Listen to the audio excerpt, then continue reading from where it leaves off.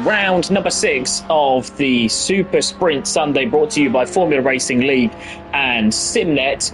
And we are here at the oldest racing circuit still in use in Europe. It's Monza. It's the Temple of Speed, and there are a few things that can be decided today. First of all, we're looking at Jared Vermeulen in the green Ferrari there, car number 1. He could wrap up the championship in the Pro class and the overall class should he finish higher than 4th in both races, with 4th place being his worst score and therefore his dropped score, such as the commanding lead that he has over Daniel Crossman in both of those championships. And we could also see the Silver Championship, which is being contested by a few drivers, including fellow South African Rinat Serfontein, Gordon Brown, Serafino Gabino and Chris Gebman, amongst many others, be contested. Certainly have the championship picture changed and amended as the meeting goes on. There's a sprint race and a feature race, as ever with the Super Sprint Sunday series. So the sprint race will be 20 minutes long and the feature race will be 40 minutes long. There are no pit stops as ever, and it is one-shot qualifier. So whilst you only get 15 minutes, to set your lap time, once you cross the line to start your lap, that is your one and only lap allowed. So we'll take you through some of the drivers, because the picture changes from week to week, and certainly it's a very close, in silver anyway, a very close championship indeed, with the overall orders being a little bit more spaced out. So we'll take you through the championship, starting with the AM class. We'll go through the SIMNET, the whole championship, in just a second as well, but we'll go with the AM class to begin with, and it's Greg Wood leading, the former commentator himself in the Aston Martin, who is currently, I think, 3rd or 4th in practice. We'll see if we can get a shot of the Aston Martin. There he is, car number 11 in the blue Tom Ferrier Aston Martin. He leads by 10 points from Jamie Thacker. Jamie Thacker, we all remember, had a pretty poor start to the season, not all of it through his fault, but the Ford Mustang now only 10 points behind in the AM championship. And in 3rd place is Darren Townsend. He's only 4 points behind in the pink McLaren. So championship contender in the AM class last time around. Darren Townsend will be again having a say in the middle race for this championship season. Season 21 promises to be quite an entertaining end, especially in the AM and the silver class. Jeffrey DeFast is 4th in the McLaren car number 187. He is on 90 points, so he is 3 points off of the medals, ahead of Owen Harris, who has a bit of a gap. He's in 5th, 12 points behind Jeffrey DeFast. Redlock team in 6th, level on points with Owen Harris as they battle for the top 5. Starts to heat up. Miguel Silva, the Luxembourg driver, is only a point behind in 7th, with Michael Coppens in 8th, ahead of Jack Barnett in 9th, with Fian Kruger, Darren Davis and Dale Kelleher rounding out the top 12. Paul Trotman and Ashley Gore, who is a late addition to the championship, completing the AM class. In silver, you have much tighter. There's only 10 points between the top 2 or 3 in the AM class. Rinat Serfontein does have 105 points, and therefore a 9-point lead over Gordon Brown. Gordon Brown racing injured after a climbing accident in an indoor climbing centre, actually. So he's injured his ankle, but he is going to valiantly give it a go. The Flying Scotsman, who has got a bit to prove and has been one of the quicker drivers. So Gordon Brown going through the pain barrier. He's in 2nd on 96 points, so he's 9 points off of Rinat Serfontein, but he is 2 points clear of Serafino Gabino. Gabino in the Aston Martin is on 94 points, according to the SimGrid app that we have in front of us, which does also include the drop scores. So some of this won't be clear until next week, exactly the destination of the championship, certainly these two classes. The Cockpits is in 5th, recovering from a pretty slow start by his standards. He's on 87 points and still has an outside chance, certainly of a podium. On 87 points, he is 1 point clear of Richard Gearman. Gearman in 6th, not showing the results that car and his driving has been capable of. You can see he's the quickest silver once again in practice, but hasn't always been able to get it together, the Flying Dutchman. Terry Tierney is in 8th behind Chris Gebman. Chris Gebman on 86 points. Terry Tierney sailed off a little bit in his debut season, but excellent start to the championship. I'm sure he will get better and better. He's in 8th in the Aston Martin, ahead of Jordan Marshall and Marco Lino. Marshall level on points on 76 and Lino on 62. It's been a disappointing campaign for the Italian. James O'Leary is next on 52 points. He's 2 points clear of Alexander Kalugin, who's had a bit of a torrid start, but to his credit has kept plugging away the Russian. So we hope to see an uptick in form for him, with Maximilian Mordevec in 13th, having missed the last couple of races. In the Pro category, we've got Jared Vermeulen. He is, well, he's 19 points clear in the Pro category on 127 points. On 108 is Daniel Crossman. He is 24 points clear of Markel and Bristolli, so those two getting rather detached from the chasing pack behind. Demi Van der Vol is in 4th, 3 points behind Bristolli, and 7 clear of Morgan Grace, the Welshman who has recovered again from another poor start. We mentioned one earlier on, didn't we? He's another one who is certainly started to put a run of results together. Wouter Heijmans is in 6th, again in a Ferrari.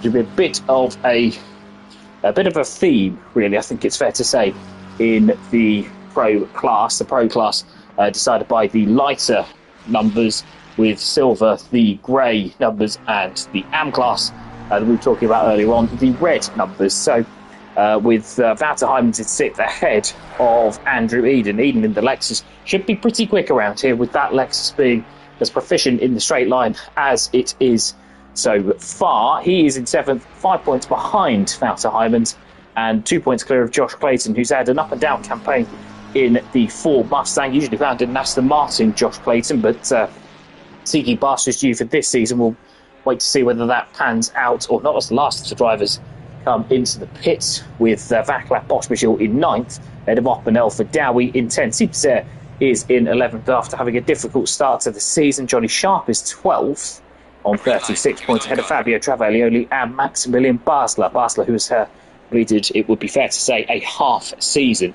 Now, qualifying is underway, and the track being optimum and no rain means that the drivers can afford to take it easy and maybe pick their moments. It's a 1:46 lap, but with so many straights, you want really to be in a good 4 or 5 seconds of clear air, just in case anybody does make a mistake, because if your pace is impacted, or you run out of the corner is impacted in it in any way, then you will, lose a bit of time. So you have to make sure that everything is right. It's a 10-minute qualifying session as opposed to a 15-minute one, but with the Monza being what it is, that shouldn't affect the drivers too much. You can see a trail of drivers going out, including Jared Vermeulen, who will stay on board with going through the Rogier chicane. Have to make sure that you avoid the sleeping policeman on the inside of those curves. It can be a nightmare, especially for cars such as the McLaren, not very good at riding the curves, that car. So we'll have to keep an eye on that a little bit later on. Through the Lesmo curves, we've got now the slightly faster first curve, a little bit more open in its radius, and then you've got a short, sharp arrive and drive second Lesmo, where you go onto the back straight. It's like curve before you go down the hill, underneath the bridge, underneath the old circuit. That's the old oval circuit they raced on back in the 60s, and then through the Ascari chicane. Hug the inside as much as you can through that right-hander, through the long right-hander, because you'll have a wider exit for the third part of the Ascari chicane, and that sets you up for the exit down the long straight. Just pull the car to the left-hand side, spot your braking points to the Parabolica, down to possibly third gear. Try and keep it as much to the inside as you can, as Vermeulen is here, because if you run wide, you just bleed time. So down the straight we go, and we're going to go with a lap with Jared Vermeulen, who has been the class, I think it's fair to say, of the field on Sundays for the last 2 or 3 seasons. Now we're building up speed to about 175 miles an hour. Ferrari fairly easy to drive in these conditions. Brake just past the 150 mark in terms of 150 metres. Try and get the car stopped, being careful on those curves. He's not taken too much curve, has he, Vermeulen? So coming out of the first corner, that is the Rediffusion chicane. Acceleration shown the curve of Grande just coming up now. The used to be a little bit more of a fearsome corner, but it literally means big corner, or long corner in this case. Now we'll look out to the right hand side once again for the end of the first sector. Keep it nice and tidy through Rogier chicane before then prioritise it. A really good exit. You have to get the braking done surprisingly early in the GT3 for the Lesmo corner coming up. Keep it as tight to the inside as you possibly can. Runs the car slightly wide, he'll be fine on track limits there. As long as he's not off the curve, he'll be fine there. Then the arrive and drive second Lesmo there. Again, just make sure that you prioritise exit over corner speed. Down the long straight we go. He's got a Porsche in front of him there. That might be one of the reserve drivers, I think, or possibly even Marco Lino, I think. No, class 79 is Chris Gebman, who's changed his livery. Into Mascara we go. Careful on both curves, especially the first corner. Pulls the car to the right-hand side, and then just make sure that he's got the best exit possible. He's going to use the Porsche ahead for a bit of slipstream. Gebman stays on the racing line, but that's not going to affect him. He's got plenty of time to get back over onto the racing line for the optimum braking points going into the parabolica. Going to keep the car to the inside as much as possible before then letting it run a little bit wider on the exit. Keeps the back end nicely in check, and this is going to be, well, it's certainly going to be pole because it's the first lap. 1 minute 46.9. That should be there or thereabouts for pole position. Here comes Daniel Crossman, and it's a 10th off in second place. That's kind of been how it's gone between those two in the previous couple of weekends. Car 31 is next across the line, isn't he? So we'll try and see who that is as the timing comes in thick and fast. That is Marcelin Brusciulli. So there's been a bit of a backwards and forwards between Vermeulen and Brusciulli, but it is 1-0 Vermeulen. I think it's fair to say Brusciulli, the Canadian, in third position as Michael Coppens completes his lap. We're going to go to car 87. That is James O'Leary. He's going to be completing his lap in the McLaren we mentioned earlier. Might not have the best luck over the curves. Gareth Harvey goes up into fourth position. O'Leary's just starting his lap, so we'll see who's going to cross the line next. That is on a lap. That is Jordan Marshall. He goes in sixth. It's his first silver to set a lap time. Dale Kelleher up into ninth as it is now as Jeffrey DeFast goes fifth to set the AM pole time. We'll see now Renard Serfontaine coming across the line to start his lap, so we'll try and see if we can pick up somebody who's going to be setting a lap time, and I think car number 7 might be the one, although we're struggling to find him because, as ever with ACC, you struggle to find anybody unless they're right there. So car 44 is also coming across the line, but again, not showing up. That might be G'day.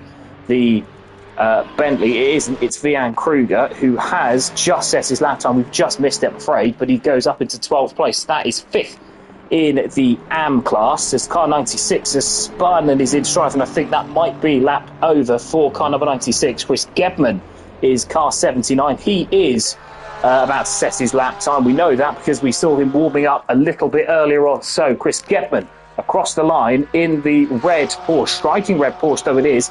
It had Richard Gimman to beat. He's not beaten him, but he's gone third in silver, 12 overall. Richard Gimman, that's another excellent lap time from the Flying Dutchman to cement his status as the king of silver qualifying. That's another excellent lap time there. Now, the glossy grey the glossy grey Porsche, when I can get my words out, is Marco Lino. So another livery change for the silver class. He's going to pull the car now across the line. Is this going to be the start or the end? It's going to be the start, so we'll see. Brusciulli's coming in.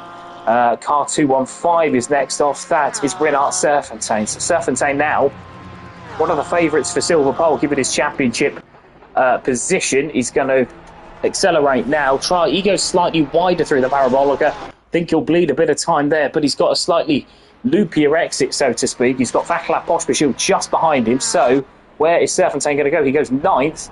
Not the best from him. That's something I was expecting a bit higher. He's behind Jack Barnett, who's set a very good lap time. Marcel Basler back in the championship this time around, goes 4th. So that's 10th now for Renard Serfontaine. Wouter Hyman's next across the line. Car 717. See if we can get him.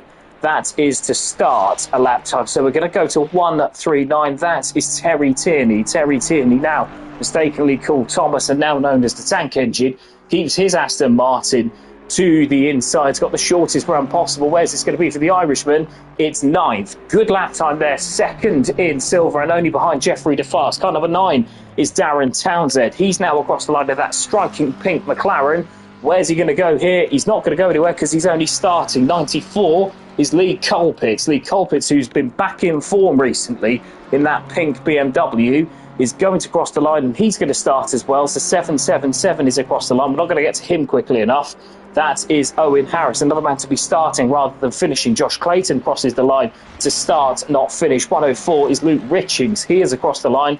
Don't know, to be honest, if he started. It's got a bit too quick. So car 68 is Marco Lino. We know he is finishing his lap time. So the Italian in the chrome Porsche Where's this going to be? In silver so far is where he is. He goes up to 14, so he's clear of Jordan Marshall, but not quite where he wants to be. Fourth in silver at this moment in time. 3-3-4 is Alexander Kalugin. Kalugin has also crossed the line, but that is to start rather than finish. So we're going to go to 8-8-4 if we can. That's Andrew Eden in the Lexus. Bigged him up a little bit earlier on, and he starts his lap time. Of course he does, as everybody else that I've found so far has done. Vaclav Pospisil not starting a lap time, he's finishing. And he goes 7th. Good lap time there from the Czech driver. He's 6th in class, 7th overall. 717 is Wouter Heymans. Now we know he is finishing his lap time, keeps the car wide, so should generate speed, but might lose a bit of time because it's a longer way around. He goes 11th, so that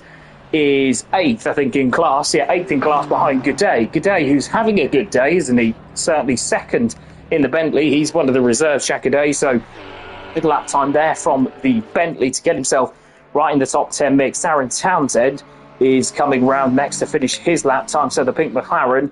And another man who's in contention for a medal, isn't he? We're in Winter Olympic season, so we'll be using the word medal for the foreseeable. Goes 16th. That's a good lap time. That's 4th in the AM class. He'll be pleased with that. The Welshman, Lee Colpitts, is across the line. I think I might just miss him, but where's he going to go? Well, he goes higher than I could catch him. That is 13th for Lee Colpitts, which is 4th in the silver classes, I think. There's another man that's gone slightly higher. It's Morgan Brace, who's got up into 4th position. So set 16th for Lee Colpitts. Car number 11 is now across the line. Who is car number 11? That is Greg Wood, another man that we've just missed. So that is Johnny Sharp now coming round the final corner. We'll stick with him, the Englishman who's shown pace, if not execution, throughout the Sunday series. Where's he going to go? He goes 10th. So good luck on there from Johnny Sharp to get into 8th position in the class. Now it's Alexander Kalugin across the line and Andrew Eden. Eden might be someone that we just missed. We've just knocked that out there. He's going to cross the line now. Where's he going to go? Goes 5th. The Lexus very quick in a straight line, so should be pretty good for the Englishman from the northeast. Now, car 34 is Pospisil. He's not finished his lap. Serafino Gabino is the next man to finish. I think the last man to finish, apart from Gordon Brown, who will go to a little bit later on. The Scotsman racing injured. A little bit sideways there for the Italian in the Aston Martin. Goes very, very wide. Will lose time. Won't be the quickest way round, I'm sure. Where's he going to go, Gabino? He goes 28th. Gordon Brown unable to set his lap time. Certainly not able to see his lap time. He did actually go into 21st, so he's ahead, despite racing injured, of his title rivals, Renard Serpentine. So that is your qualifying position. We will be back in just a moment, but Gavrielan on pole, as he ever seems to be, ahead of Daniel Crossman and Marcelin Brustilli in the Porsche. Looks like he will be a keen challenger for the top 3. We'll be back very, very shortly.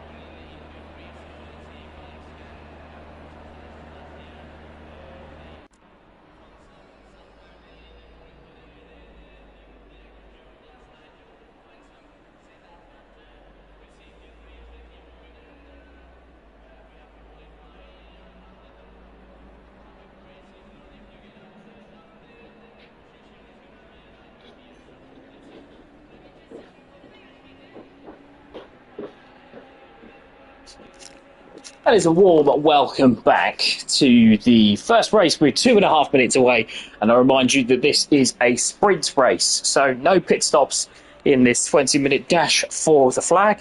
We're going to see actually a fantastic lap time. I can see from Owen Harris there to get himself onto pole position. We didn't see it, to be honest with you, as there was an influx of cars crossing the line later on in the session. So we're going to take you through the grid now with Jan Vermeulen, as ever, on pole position ahead of Daniel Crossman in the Ferrari front row.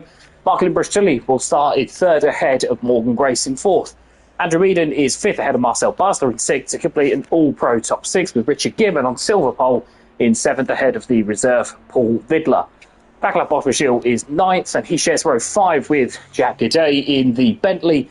Johnny Sharp is 11th ahead of Owen Harris with that excellent pole lap time in the AM class, with Josh Clayton and Gareth Harvey sharing an all-Ford Mustang row 7. Row 8 is Jeffrey DeVast and Wouter Hyman 16th, with Terry Tierney and Lee Colpitts on row 9.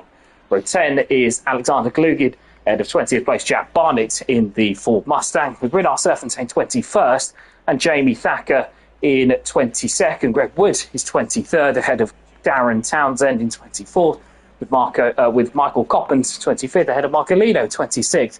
Serafino Gabino is 27th, and he's joined on row 14 by Jordan Marshall, with Chris Getman 29th ahead of Big L Silver in 30th. Luke Richings is 31st ahead of Ian Kruger, with Dale Kelleher 33rd ahead of Darren Davies in 34th. Dreadlock Steve, Sam Greaves and Michael Johnson, Matt Johnson, are 35th, 36th, 37th. James O'Leary and Paul Trotman are 38th and 39th, as we appear to have a connection failure. So let's have a little look and see what's going on from the admins as we have a server reset, no doubt. As we can see now, a red flag and reset and reload give us 5 minutes. So, red flag, red flag, red flag. That is because everybody had a pit stop that they were told that they had to serve in the race. So nobody wanted to receive that stop-go penalty that the game automatically gives you. So we will have to wait a few minutes, and I suspect, with the mandatory stop having been coded in, I would suspect that this will be a good few moments. So actually, let me tell you a little bit more about the Patreon server that we've got. So Formula Racing League has a Patreon server, so if you wanted to get involved, leave a comment on the stream and an admin will find you. Basically, it is £4 a month to effectively get early access to all the servers that you want to get into, especially with the 3 nights a week that Formula Racing League races on Assetto Corsa.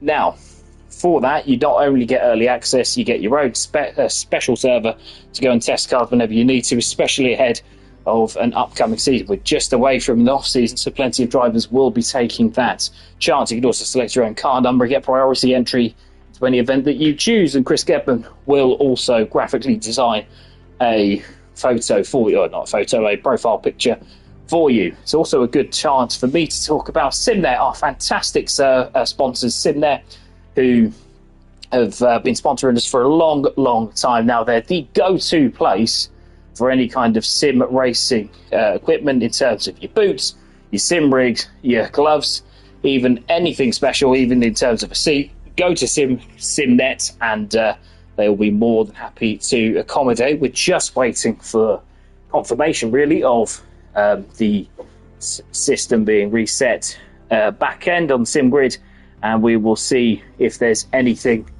to bring back to you very shortly. Good evening and welcome once again to round number 6 of the SimNet SuperSprint Sunday, brought to you by Formula Racing League. I'm Jack Prentice once again, and thank you for bearing with us. Now, you join us in a bit of a quandary because we have got a practice session before going straight into a race. We've already had qualifying, which you will have seen a little bit earlier on if you were joining us, before a session timeout and a red flag had to be thrown to get rid of an errant pit stop. So you can see all the drivers now taking their chance to go and refamiliarise with the track over the next couple of moments or so before we then get to the action of the main action of the event, which is race number 1 followed by race number 2. So if you weren't with us earlier on, race number 1 is a 20-minute sprint to the finish. No pit stops are required.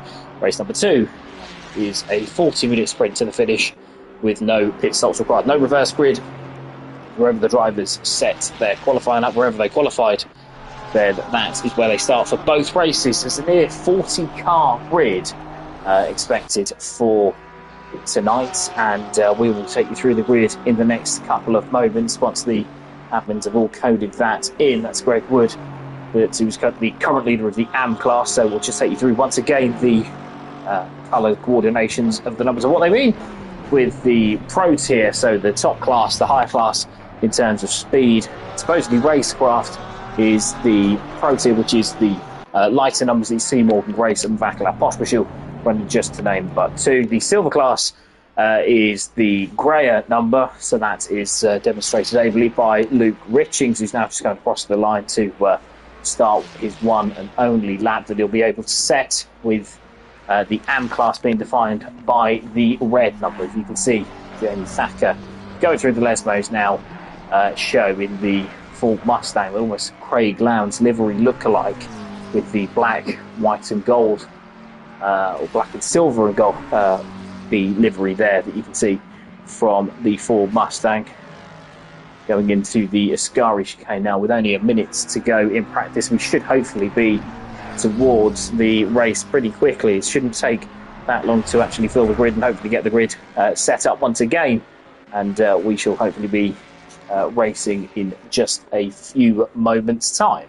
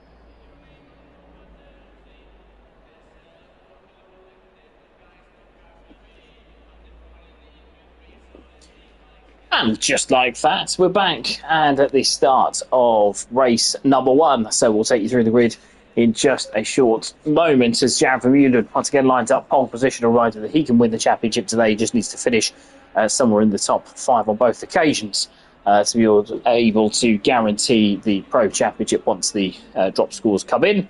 Daniel Crossman is second on the grid, as has often been the case this season. The young Englishman putting up a fine challenge to the South African overlord of the Sunday series over the last couple of seasons. On row number two, Sparkling Brush Tully ahead of Morgan Grace, with Andrew Eden in fifth and Marcel Basler sixth to complete an all-pro top six. Richard Gearman takes silver pole in seventh ahead of Paul Vidler, the reserve in pro, in eighth. The Ferrari driver looking to go racing from there. Vaclav Pospisil was ninth ahead of Jack Cadet in the Bentley. In 10th position, Johnny Sharp is 11th ahead of Owen Harris on Ampole. In the McLaren there, car 777, there's a bit of a gap over Jeffrey DeFars in 15th, with Johnny Clayton and with Josh Clayton and Gareth Harvey 13th and 14th in the Ford Mustang. Jeffrey DeVars is 15th ahead of Wouter Hyman 16th. Terry Tierney and Lee Colpitts are on row number 9 with Alexander Kalugin and Jack Barnett row number 10. 21st is the Silver Championship leader, which is Brynart Serfontein. He's ahead of Jamie Thacker in 22nd on row number 11 with Greg Wood and Darren Townsend on row 12. Row 13 is Michael Coppens and in 26th place Marco Lino with Serafino Gabino 27th ahead of Jordan Marshall 28th. Chris Gebman is 29th with Mark Miguel Silva completing row 15. Luke Richings is 31st ahead of Ian Kruger 32nd. Row 17 is Dale Kelleher and Darren Davies with Dreadlock Steve in 35th ahead of Sam Reeves in 36th.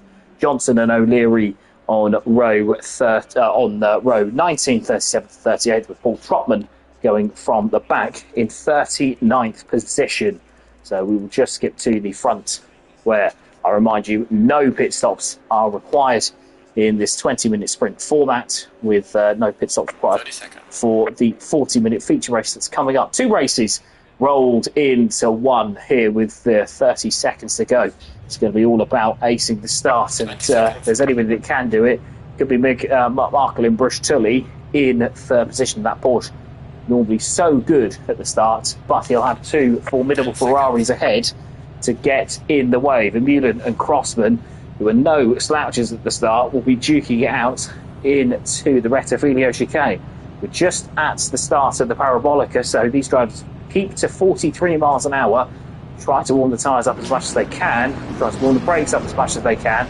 You can see the weaving there and the heavy braking as much as Crossman can to try and build at least a little bit of heat into the tyres. What is a fairly cold track, 19 degrees. So will take quite a bit of hard work to get the tyres into any kind of window. So Vermeulen in the bright green Ferrari and Crossman in the largely white, blue and green Ferrari is on the right-hand side. We're with Vermeulen as the cars come to the start. It'll be a longer than usual procedure because of how far down the timing line is. So at the moment, it's a period of waiting. It's a period of waiting, a period of waiting, waiting. There is the timing line. We're waiting, and we are green. And that is a good start from Jared Vermeulen. Crossman's matched him, though, you have to say, and it's looking to be Markel Bruschulli to try and challenge. He's got in between the 2 Ferraris. They're going to go 3 wide into Rettifilio.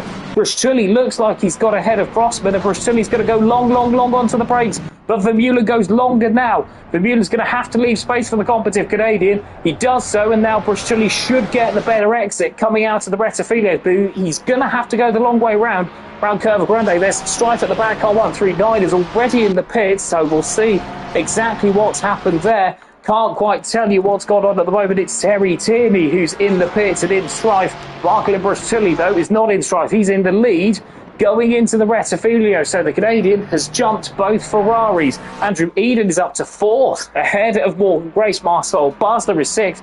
Richard Gibbon looks like he's kept the silver lead in 7th. He has, the Flying Dutchman, with Paul Vidler in 8th and Baclav Pospisil in 9th. Goudet looks like he's kept 2nd place in silver as well. So it looks like at least they have been a lot better behaved.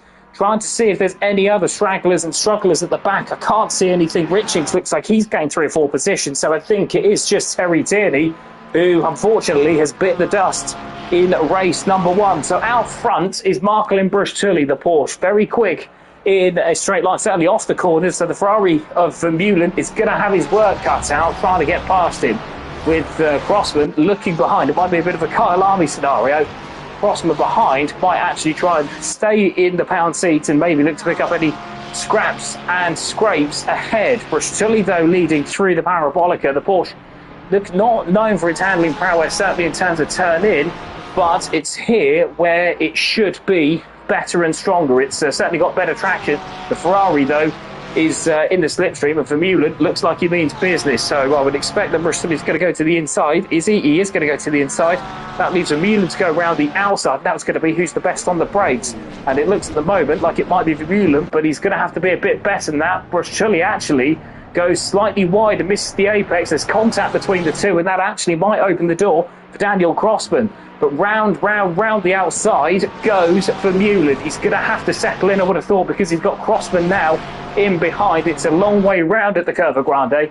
But I think Tully is going to be able to cover him off just for the moment. This is all playing into the hands of the ever-fast Lexus of Andrew Eden. So they are side by side and nose to tail, aren't they? Through the Roger chicane. Tully's actually going to be... Is he going to be champion? No, not quite. Thought Bermuda might have the run going into the Lesmo corners, but it's all going to close up lovely for... Even Morgan Grace is now caught onto the back. He was 1.1 back at the start of the lap, but he's now a lot closer than that. He goes slightly wide, does Tully. He's now going to try and break the toe. Weaving a bit, he's going to have to be careful with the weave to make sure it's not too excessive. Down the hill we go and into Ascari. Tully, the Bermuda looks like he's going to have a run, but it's blocked off again by Markley Tully. Wide goes Jared Vermeulen. Wide goes Jared Vermeulen. He's third. He's third. It's Daniel Crossman who's got up into second position now, and I think there's going to be further strife for the Ferrari. Is there? No. Andrew Eden doesn't look like he's got the run. Actually, he's got Morgan Grace to deal with in fourth position. So it's Crossman now up into second. He's the next challenger to Marklin Tully. So Tully's got a new competitor to come at him, and it certainly looks like the Porsche is going to be bothered for most of this race. Further back, Owen Harris has retained the AM lead. Richard Gearman has Jack Gaudet behind him. So Gearman's dropped back to Vidler, or lost out to Vidler, sorry. He's dropped back to 8th. With Owen Harris in 14. So Harris doing a really good job. As around the outside goes Daniel Crossman to try and see if he can catch the Canadian of Marklin Tully out. He has. Off goes Marklin Tully, and he's let Daniel Crossman through. He's blocked off Vermeulen, and that's going to leave Eden around the outside. Don't think it's going to happen there for Eden, but Crossman goes into the lead, and Tully threatened to do that earlier on. He threatened to go long on the brakes earlier on. He has gone long on the brakes, and that is first place for Daniel Crossman. He's going to have to get away like a scolded cat. As up the inside goes Vermeulen on Andrew Eden. It looks like further trouble for the South African, who has lost out to Andrew Eden, as Tully gets a good run off of Valerianti Roger, and side by side into the Lesmo they go. The Canadian, there is a bit of contact there between the Canadian and the Englishman, but I think the Englishman's going to hold on. He is into the second Lesmo. Not the best place to try and overtake, but if you get a good run, then Tully might be in business into Ascari. There's a little left-handed kink to deal with first of all. Down the hill they go, and Crossman quite rightly goes to the inside to cover it off. Around the outside it's going to be Tully. No, he's going to go down the inside. He's going to have a run. He's not going to have a run, as Crossman is able to break just that little bit later, and Marklin Tully is forced to concede first place for the moment. But the Canadian has been long on the brakes in both of the first two laps. First that he's been in the lead, and Crossman now looking to see if he can get away and see if he can scamper and leave Tully to hold up what is Andrew Eden in the Lexus now. And Jared Vermeulen has dropped back to fourth. Not what the South African wanted, but it's not a disaster. Paul Vidler, meanwhile, is having a go at Fakla Pospisil. So he's gone wide somewhere, because Pospisil is 10th. He's got Josh Clayton now behind in 10th now. Morgan Grace is a man that's gone off somewhere. Where has Morgan Grace gone?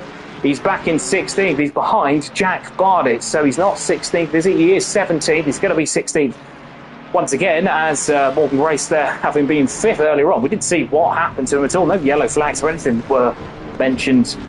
So we'll see where that's gone wrong. But the upshot is that Richard Gearman is in 6th, leading the silver class, but he's got Gaudet all over him. Gaudet, who's been a reserve in the silver class, been impressive in his previous outings, and looks to be a step ahead here as he goes round the outside of Richard Gearman. Rather surrenders that going into the Variante Roger. But round goes Josh Clayton. There's contact there. I wonder if it was contact with Paul Vidler. Vidler was 3/10 behind, and Vidler has, I think, also been held there. So I do wonder, is Paul Vidler has also stopped on circuit. So I do wonder if those two, perhaps, their devices have been linked. A good rejoin there from Josh Clayton, it must be said. It's going to be a little solace to him because it's ahead of Dreadlock Steve. Now, Dreadlock Steve is back in 34th position. 33rd it will be now because Vidler's recovering there. So that turns what was a strong outing for Josh Clayton into a bit of a disaster, really, with just over half the race to go. Paul Vidler there dropping like a stone as well, it must be said. A consequence there of a potential collision. Meanwhile, Vermeulen going up the inside, is he, of Andrew Eden. He is not going into the parabolic. And you can see there, Crossman, once you're able to get ahead of Tully, the Ferrari is able to get away with Tully strong off of corners, but not so strong in them, and not as strong down the straight. So the Porsche is going to be on the back foot once again. Here comes the supersonic Lexus in a straight line. He's going to go around the outside. There's a Ferrari there pulling off. I don't know what that was, but Dale Kelleher was leaving the pits, and round the outside goes Andrew Eden. He's going to block the exit of Barclay Bristolli. Good drive from the pair of them. That's going to set up Jared Vermeulen to try and have a go around the outside at the Curva Grande, because the Porsche is all over the Lexus. The Lexus is going to make him work for it around the long way he goes. Going to be able to cover the inside. Is he potentially going into Roger? He is, you know, but he doesn't need to, as the Porsche now going side by side once again with Vermeulen. Again, just edging the South African driver out. These two will know each other inside out and back to front by the time this race is over. Around the outside, he goes into the Lesbos now, as he'll have to try and set him up. He is going to set him up, you know, because, oh, that's a cut across, isn't it, from Bristolli. He does not want to lose yet another position, as the Canadian's been going backwards since he got into the lead earlier on. But I think this might be the end of his hold on the podium, because Vermeulen has got through down the straight, and now they're going to go side by side again into Ascari. Vermeulen is able to hold on, and that is third position for the South African Ferrari driver. And I think that might be a bit of a save there, but Bristolli reversing headlong down the field, and he's got Marcel Basler behind. Basler, whose pace is a lot higher than his championship position, in the fifth position, the German, who, as you can see there in the German tricolour liveried Ferrari, as Jack Cadet has got past Richard Gimmer, which we saw earlier on, but he's got a second on Richard Gimmer as well. So this is very good for anybody driving a Bentley in the upcoming races, but this is exactly what he is all about. He's shown a good turn of pace whenever he has been able to compete in Formula Racing League, and sixth position round here in that Bentley represents an uptick in fortune. Meanwhile, so we've got a podium finisher, a new podium finisher in third position in Silvery's 13th is Lee Colpitts. He's going to have a go at the leader in the AM class. Owen Harris is back up into 12th position, so he's not gone away. Lost out of Wouter Heijmans, but Heijmans had qualified out of position earlier on when he had qualified 16th, I think 16th, 17th on the grid, wasn't he, the Dutchman? So he's passed Owen Harris, but Harris in 12th, and 12th will do very nicely, thank you very much, because it is a lead in the AM class. Jeffrey DeFast has dropped back a few positions, actually behind Greg Wood, his championship rival, whereas Jack Barnett towards the back of the AM class, it should be said, but a good position so far. He's second, he's 15th, he's second in the AM class, which you can see by the red marked number, and he's doing a good job. He's got Renat Serfontaine behind him, Kalugin and Wood side by side. There was somebody off in the gravel behind, but I think that's all worked itself out, hasn't it? So no need to worry there. I think as Terry Tierney is back out in the race, Dale Kelleher 4 laps down, so I do wonder what's happened to the Mancunian there, but out on the circuit he is, and in the pack he is. So you can see just ahead of Coppens. Coppens, another man to have dropped back a little bit further, as has Chris Getman. You can see the Porsche being a little bit scuffed up in the hands of the Flying Scotsman. So up to Gordon Brown. Now I want to find him if I can, because he is championship rival for not Wouter Heijmans, for Renat Serfontaine. Trying to find this car 134. I wonder if he's the driver that's retired. It's out, because we didn't have 40, it's only 39, and no, he was racing injured. Marcel Basler, though, has gone off. Trying to find him. Richard Gibbon we're at now. So Basler, where is he? Is he disconnected? I think Marcel Basler is disconnected. That's disaster for the German. I was just talking up his chances. But Basler has gone backwards somewhere. We don't know where he's disappeared to.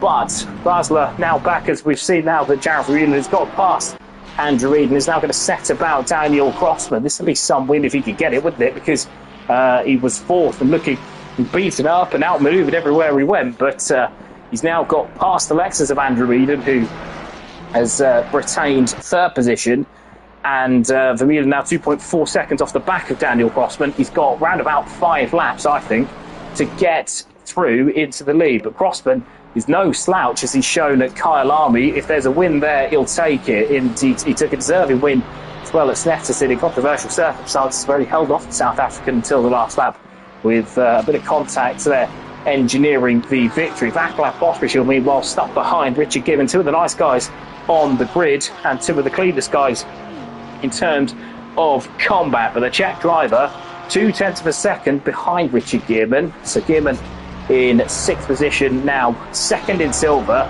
So an elusive win. He had a double win, didn't he, a couple of rounds ago, but you would expect with the pace that he's shown to be up in the championship hunt, but he's not been able to put it all together. But Gibbon, this would be another good show, wouldn't it? 6th place, 2nd in silver. Keep an eye on the league gap because it has come down a couple of tenths, so I do wonder if Vermeulen is starting to warm to the task.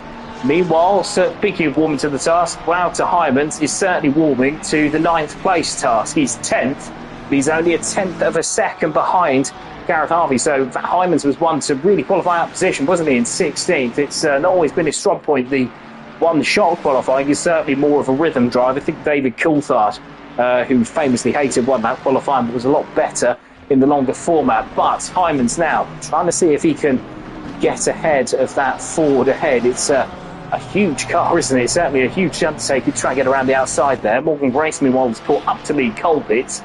Colpitts there being central driver that he is, won't be getting involved in things that don't matter, but he certainly won't just open the door. Might be worth, though, seeing if Grace could open the door for him, try and get past Owen Harris, although at the end of the day it is academic with the two silver drivers ahead of Lee Colpitts, quite a way ahead, and certainly towards the top echelons of the standings. Galugin, meanwhile, up in 17th, so the Russian, I said earlier, was looking to try and sign off with, well, not sign off, but certainly improve his standings, certainly improved form. He has done. He's 17th, having had a really difficult season so far, but he's 5th in silver, so we should praise him because it's not been the easiest of seasons for him, and whilst he has got company from Jeffrey DeFars behind in the AM class, it certainly should be unsaid that this is a much improved performance. Greg Wood, meanwhile, looking to see if he can get 2nd place. There's Marco Lino going off in the background but rejoining safely. Greg Wood in 16th but 3rd in the AM class. It's all over Jack Barnett like a cheap suit. And Wood in the Aston Martin, it's not the fastest, it's not the best off corners, but it is a bit of an all-rounder and certainly a fairly pleasant car to drive. Has got the Ford in front of him, who is not a pleasant car to overtake. Meanwhile, the lead gap, we said we'd look at it. Look at it we will, because Vermeulen has caught the back of Daniel Crossman. Crossman, meanwhile, certainly has to re-engage, you would say, because whilst Vermeulen has been out and out the quickest driver so far, you'd have to say that over a second in a couple of laps is not what the doctor ordered for the leader. We're going to go back to the battle between Wood and Barnett. The Aston Martin gaining in slipstream. Is it going to be enough? He's going to have to be very daring on the brakes. We know how good it is on the brakes, but Vermeulen, not Vermeulen, Barnett covers the line well enough, and the Ford Mustang proves equal to the task on this occasion. Good drive from the pair of them, 2nd and 3rd, and Barnett, this would be a welcome result for a driver who's deserved better results than he's been able to get so far. It's Darren Townsend in 5th. He's got to stay there, really. He's got a decent gap to Thacker Davies and Dreadlock Steve. That is Luke Richings getting out of the way, so Richings is another man to have come to grief going through the chicane. So he drops back. That won't be a penalty, will it? Because he's still got Clayton behind. He was already behind or ahead of Clayton. Clayton making his way back through the field after earlier skirmish, I think, with Paul Vidler, but will be corrected if I'm wrong. Darren Townsend, meanwhile, going off and into the stones, but not losing any class positions. It's Serafino Gabino that goes through there, and he is only a rival in the overall sense. Johnson behind as well in the Porsche, driving very well. The reserve, new to the championship he has been, but 23rd and certainly in the mid-pack of the silver class, very much what the doctor ordered, with the lead gap now being half a second. It's not half a second, it is minus half a second. He's got past, didn't see where, I suspect it was at the Parabolica, but the Ferrari duo now duking out. Vermeulen once again returns to his normal position. They're side by side, the South African and the Englishman. Who's going to be the best on the brakes? Vermeulen goes slightly long, does he? No, he just about brings it in, but Grossman has to go the long way round and is shut out, and I think that is probably lights out London, as Marklin Brush-Tully, the leader earlier on, has been caught, hasn't he, now by the silver driver of Goudet, who was a reserve. This would be a really impressive win if he could get it, but imagine if he could top that off with the top 4.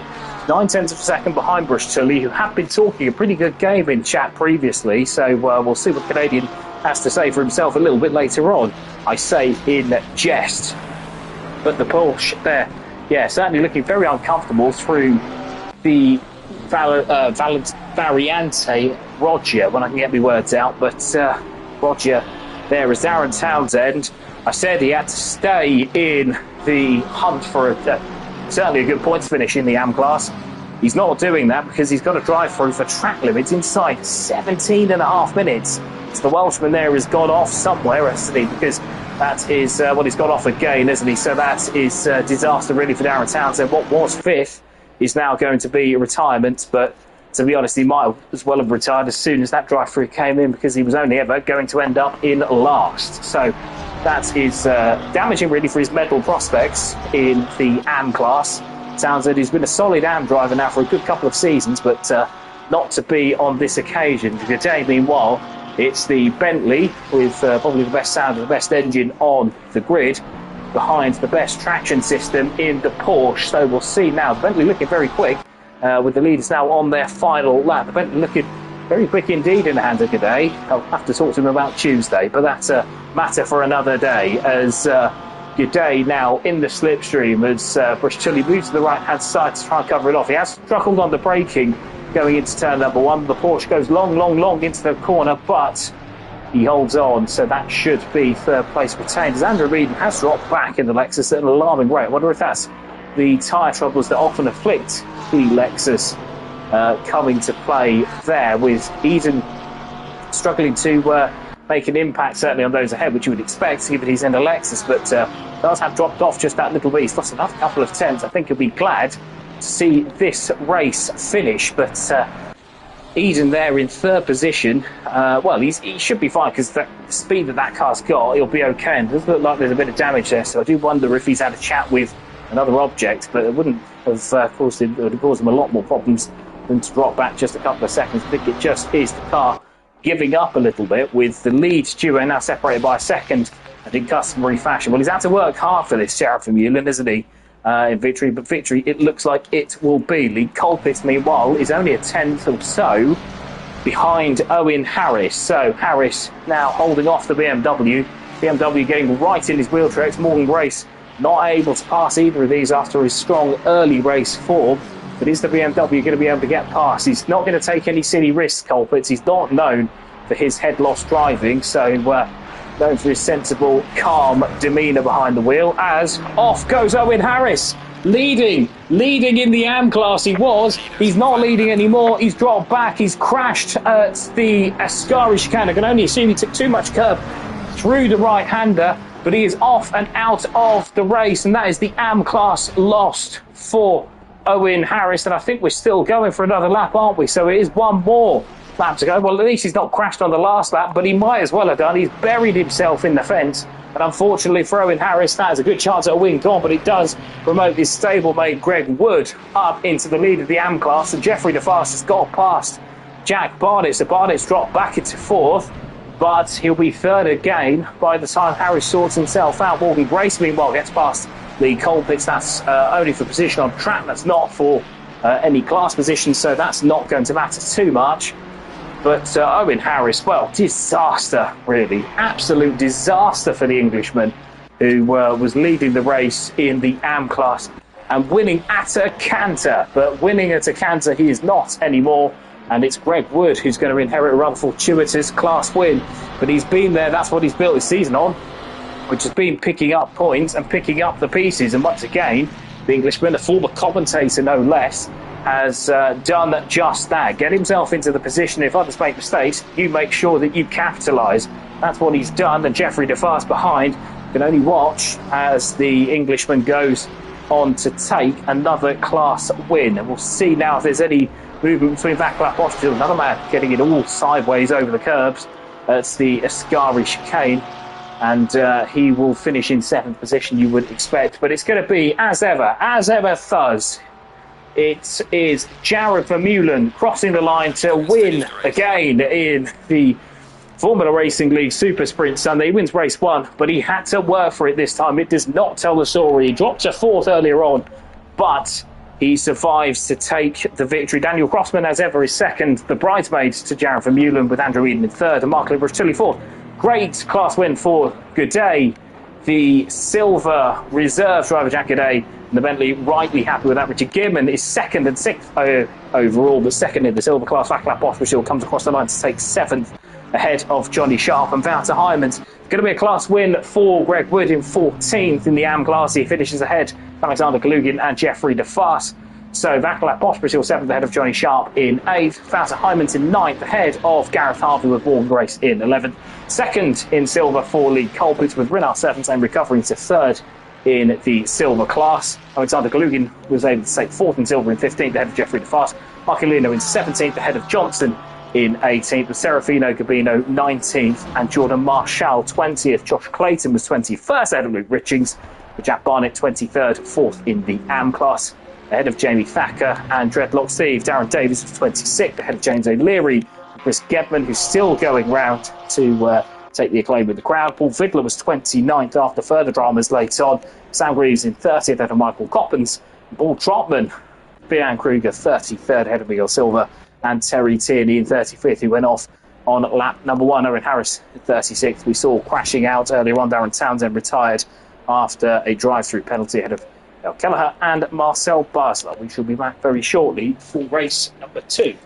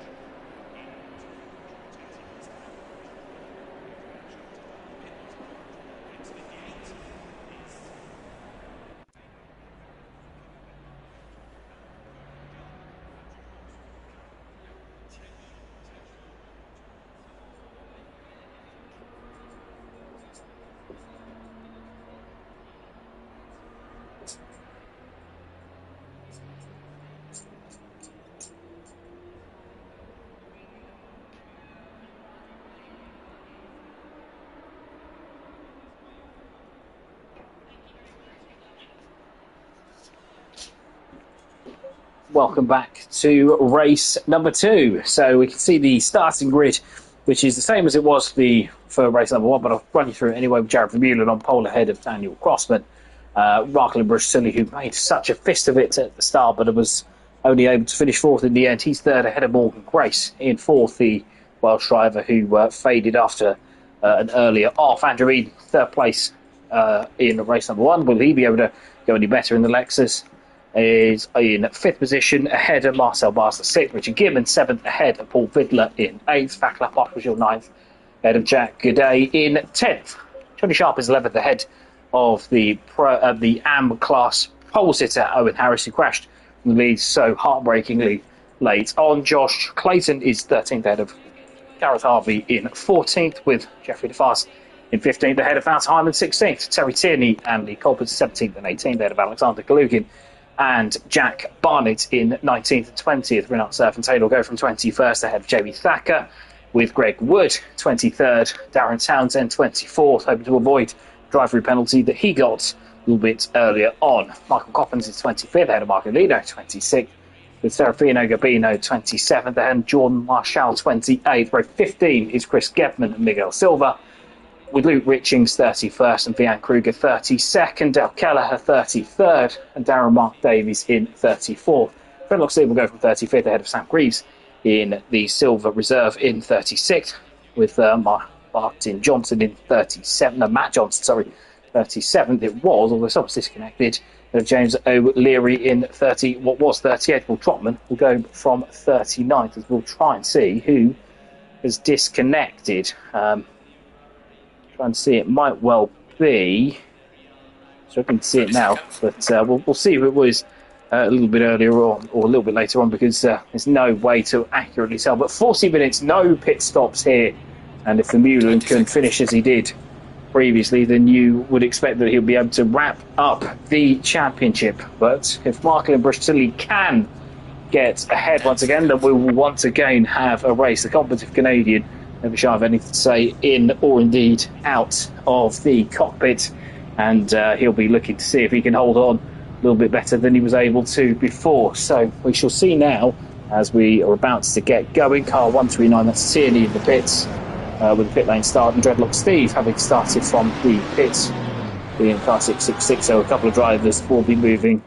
2 steps forward, with Steve in 35th, the other 2 behind him, and Terry Tierney going from what was 17th. He will promote Lee Colpitts and Alexander Kalugin up the order. So just waiting now as we go round the Parabolica to start the race, with the drivers warming their tyres up. They're actually not doing an awful lot of that so far, but they were going around the Parabolica. Not much you can do at 43 miles an hour as we wait for the timing line, because that will be green, and we are green. And Jared Vermeulen does make a good start once again as far as the Ferrari is concerned, but you can look at Marklin Brustilli. He's going to have a run again as it's closed off between the 2 Ferraris ahead. He's going to look to the inside now to try and make it 3 wide. I'll hope they get through all together, but Daniel Crossman looks like once again he's lost out as Brustilli gets to the inside and gets to the lead once again. So he'll have the advantage in being on the inside for the Curva Grande that's just coming up, but Vermeulen's going to check. Oh, dearie me, he gets out of shape,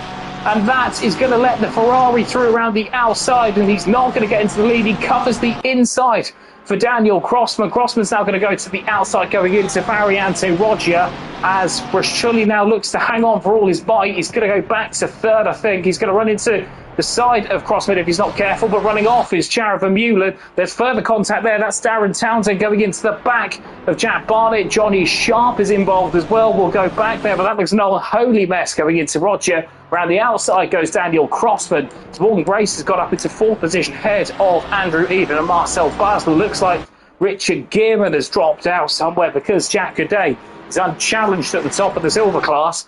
And we'll see now car 69 in the pits. Who's car 69 in the pit lane? I can't quite see. It's Johnny Sharp who's in the pits.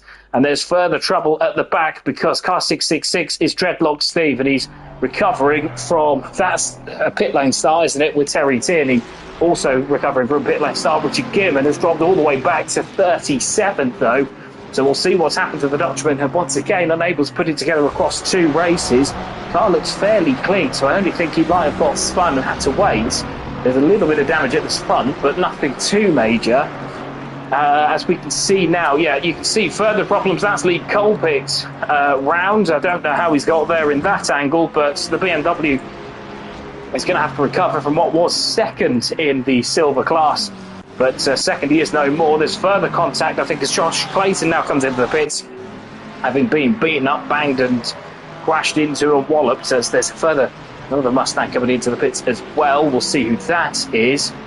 And that is, I think, car number 13. So unlucky for plenty, it would appear, on this occasion.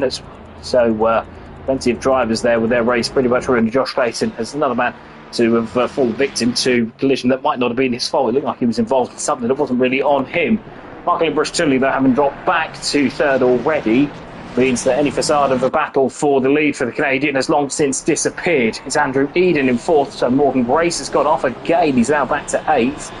Paul Vidler up into fifth place. There's a little bit card or contact happy earlier on from reports, but the Ferrari driver in fifth position making a better fist of things now, although he's going to have a slightly wide coming out of the Lesmos, and he's going to have Jack Gaudet up behind him. Gaudet in the silver class, he's racing for he's racing for everything really, because he's got the class win already. He goes down the inside, but he's got no championship to think of. He doesn't quite make it stick on this occasion, and the Ferrari able to clamber and clout the curves, actually see if he can get after Andrew Eden ahead.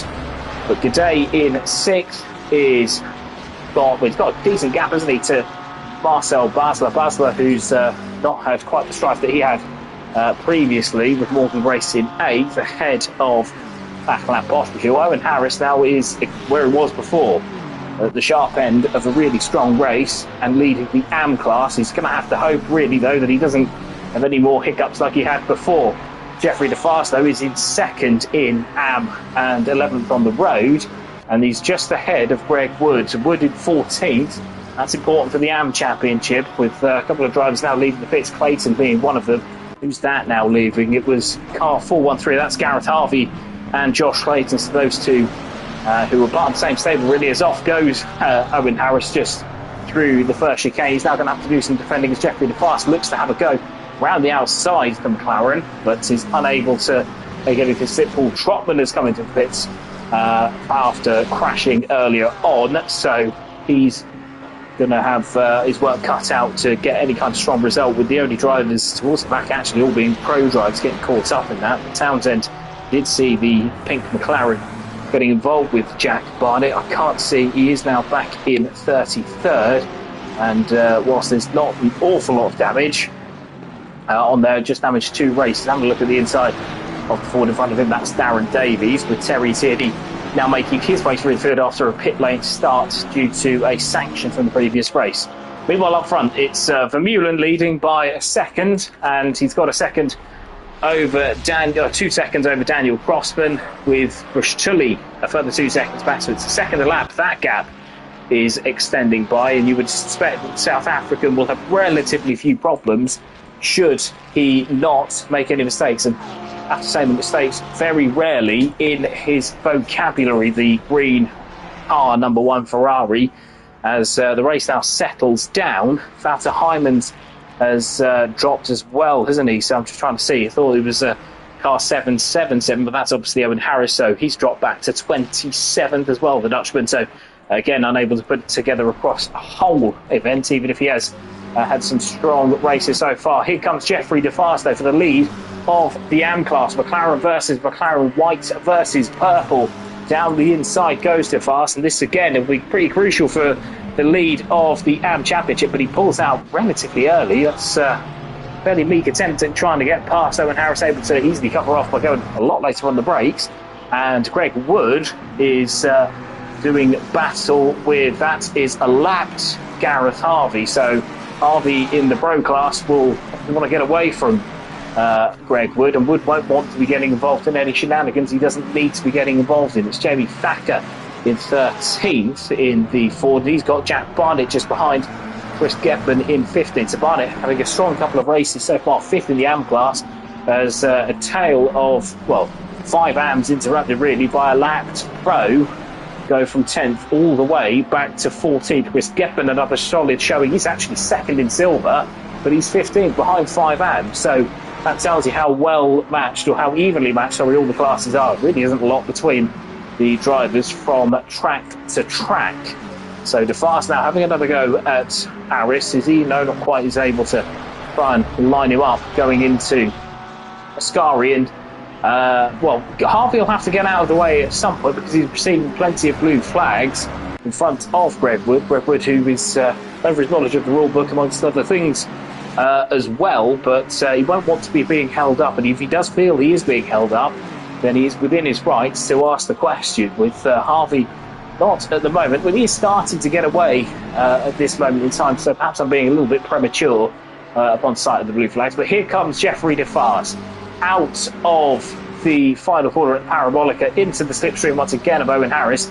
He's going to see if he can have another go down the inside of McLaren. Not the strongest on the brakes, so up the inside he goes, and again pulls out a lot earlier, gets on the brakes a lot earlier than Owen Harris. He's not yet willing to have a go, but with Harvey now getting behind and actually trying to get into the race, he might catch up, and he might kind of force the issue for De Vast, because he won't want to be held up, and he is within his rights to unlap himself should he see fit. But at the moment, these two, bit of shadow boxing between the top two in the AM class. We're going to go to 5th place overall, because that is the ever impressive Jack Gaudet in the Bentley, who's certainly having a good day, isn't he, at the top of the silver class. And in 5th overall, he's got Paul Vidler behind him, but more pressingly, he's got Marcelin Brustulli directly ahead. Brustulli in 4th position, again having dropped back behind Andrew Eden. So Eden in the Lexus able to get up into 3rd position. The Porsche not enjoying the race conditions, even if he was particularly strong in qualifying, the Canadian, although not looking particularly impressive over those curves either. So I wonder if that Porsche is a little bit ill handling, even with more fuel on board. But the Bentley now of Gaudet has plenty to race for, because he's not got a championship to think about, so he's just got to think about how high can I get.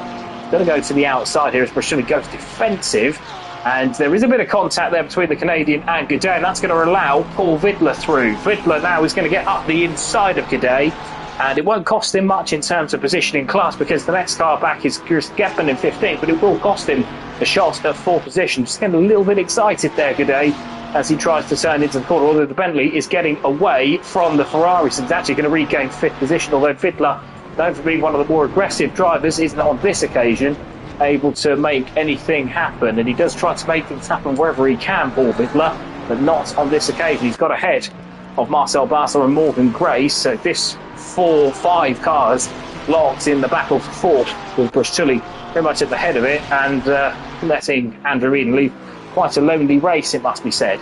So let's see now, Jeffrey De Vast has got past Owen Harris, has he? No, not quite. They were ahead going into the final sector, but it's Gareth Harvey that's actually given him a bit of jip for trying to get past. So road driver trying to pass AM driver. It's a bit of a hopeless task really for Gareth Harvey, who's just got to sit there and make sure that he doesn't make any contact with what is effectively the lead of the AM class.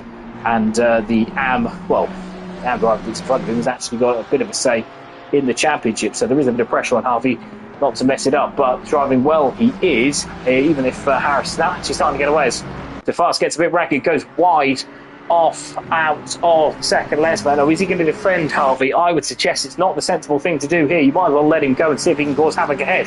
Harvey going to the inside to unlap, and it's going to cost De Vast time either way, and he does let Harvey through. So Harvey's now going to go and be Owen Harris's problem in the Ford Mustang. He does actually cut the track, but it's not going to cause any issues, I'm sure, as Greg Wood goes off and takes an alternative line through the Varianti Ascari. Wood now in 12th position, and the Aston Martin is looking to see if he can build on victory earlier on. So Demi Thacker has dropped back. He's still in combat with Jack Barnett, so these two having a pretty understated race, but 4th and 5th they are.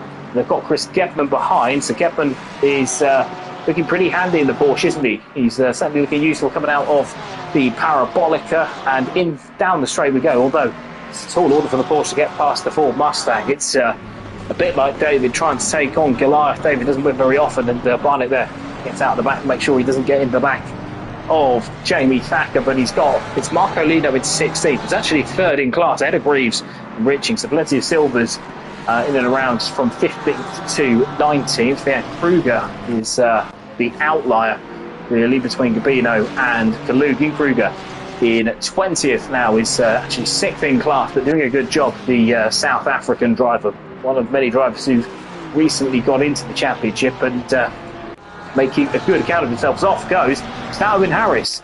Was that Owen Harris? It was not. It was not. It's me getting excited for no reason, but there was potentially a McLaren or a Porsche off in the distance. There's Sam Greaves, who's got that is a Ferrari going around him. Who's that? That is, well, it's not Luke Richings. Greaves is the man that's gone backwards. The Ferrari that's got off, we don't have an idea yet who that is. Might have been Wouter Heijmans. No, it might have been Coppens. I think it might have been Michael Coppens with Miguel Silva in the Ferrari. No, it's definitely not. It's definitely not. It's Bugger's Bubble trying to guess. So, but we can see the winner at Surfentine drop back to 33rd. Second last in class. This would not be what the doctor ordered for the South Africans Championship hopes.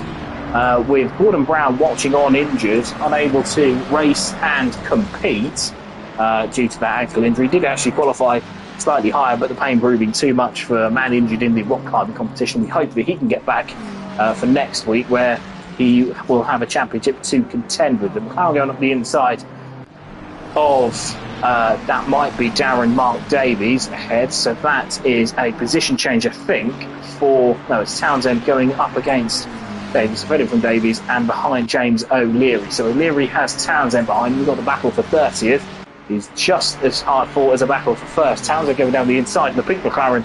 Is he going to get a run on O'Leary? No, he isn't, because O'Leary's going to go a lot longer on the brakes and he's going to make it stick. Fair play to the Irishman. He's able to continue in 30th at the moment. Richard Gibbon, you can see, down in 29. So yet to really know what happened there. It looks like there might have been a bit of contact from the back. Looking at that, the poor fella has certainly got rear end damage. As we go to the battle at the front, that is Vaclav Pospisil right behind Marklin Brustilli. So Brustilli's dropped a couple of positions again. He's dropped back behind Gaudet. He's dropped back behind Marcel Basel, the Canadian. It's all going wrong, isn't it, for the Canadian, one of the more experienced drivers in league racing, according to his CV. So we'll see whether or not he can use that experience to beat a challenge off from Vaclav Pospisil. Pospisil only second himself, clear of Grace and Vidler, so those two behind one of the more progressive drivers on the grid.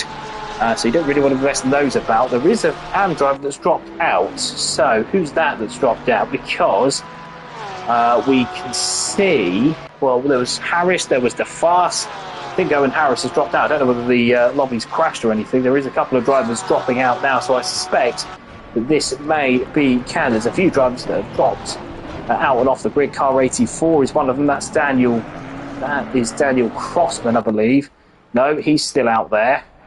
But plenty of drivers dropping off and out of the race. Jeffrey DeFast and Jamie Thacker are now first and second in the AM class, as Greg Wood has dropped away as well. So we might be racing once again. Wouter Heijmans is another man to be looking very piggy as the Porsche goes off. That is Johnson. He's done the right thing in terms of trying to avoid those drivers, but he will earn himself a drive-through penalty for his trouble.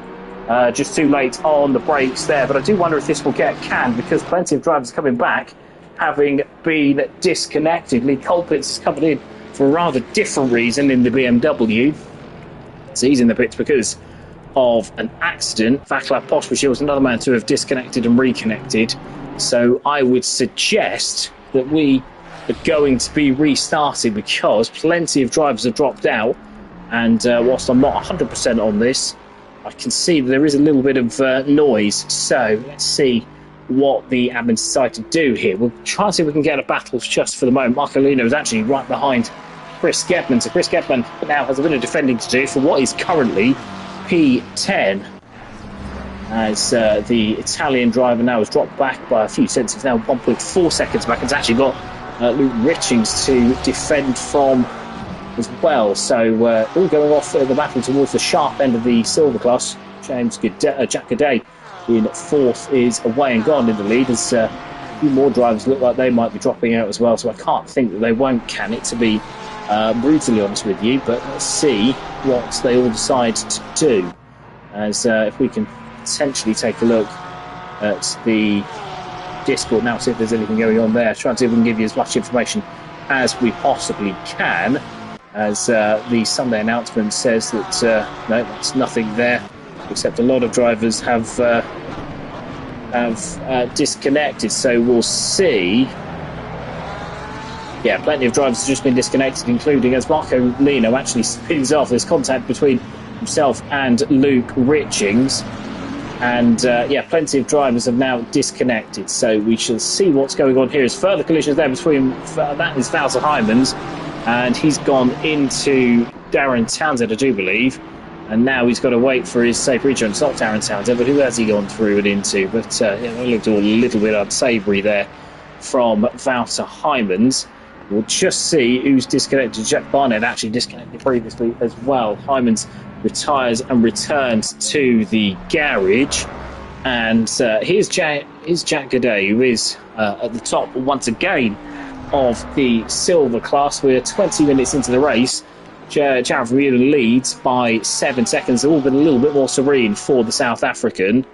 And Daniel Crossman in second position, unable to mount much of a challenge. We'll see if there is any kind of communication as to what we're doing here. So if you bear with me, ladies and gentlemen, Paul Fittler, meanwhile, up into sixth position, so it's an improvement there for the Ferrari reserve driver. And he is now right away clear of Jeffrey DeFass. DeFass in the AM Plus had Scott Harvey go past. Harvey benefiting from having not disconnected, and he will now obviously gain a few positions where he hadn't previously been able to do so, courtesy of those drivers having disconnected. He's now down in 29th. The Colpit's out circulating again. Back like Poshbashil is back and circulating again. Greg Wood and Owen Harris are back in the lobby. Jack Barnett back in the lobby, and I wonder what they'll do, whether they'll restart it from 25 minutes in or what have you, but certainly something's gone wrong with the lobby here. We'll see. We'll keep you as updated as we possibly can. That's Serafino Gabino in 11th. He's currently 4th in class. Alexander Kalugin in 3rd, doing a stellar job, the Russian, although albeit with a bit of an attritional rate, I think it's fair to say, but in 3rd position, the Russian, a bit of a return to form for Alexander Kalugin. Mark Librus-Tully's another man to have disconnected, and yeah, Woods disconnected twice actually since he returned to the pits.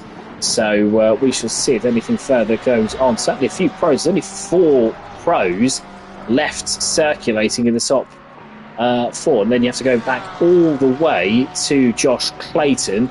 Gareth Harvey then obviously in 27th is another, so Clayton in 25th is actually 5th in class, as a few more drivers disconnect. So we shall see now. With 20 minutes to go, we shall see what's going on halfway through the race, although I suspect this might be canned with the drivers now. Further drivers actually come back into the lobby. Confusion reigns as Bruce Tully now rejoins. I think that's why he's ended up 20th, 22nd. He'll have to wait another minute, like everybody else has to see what will actually transpire.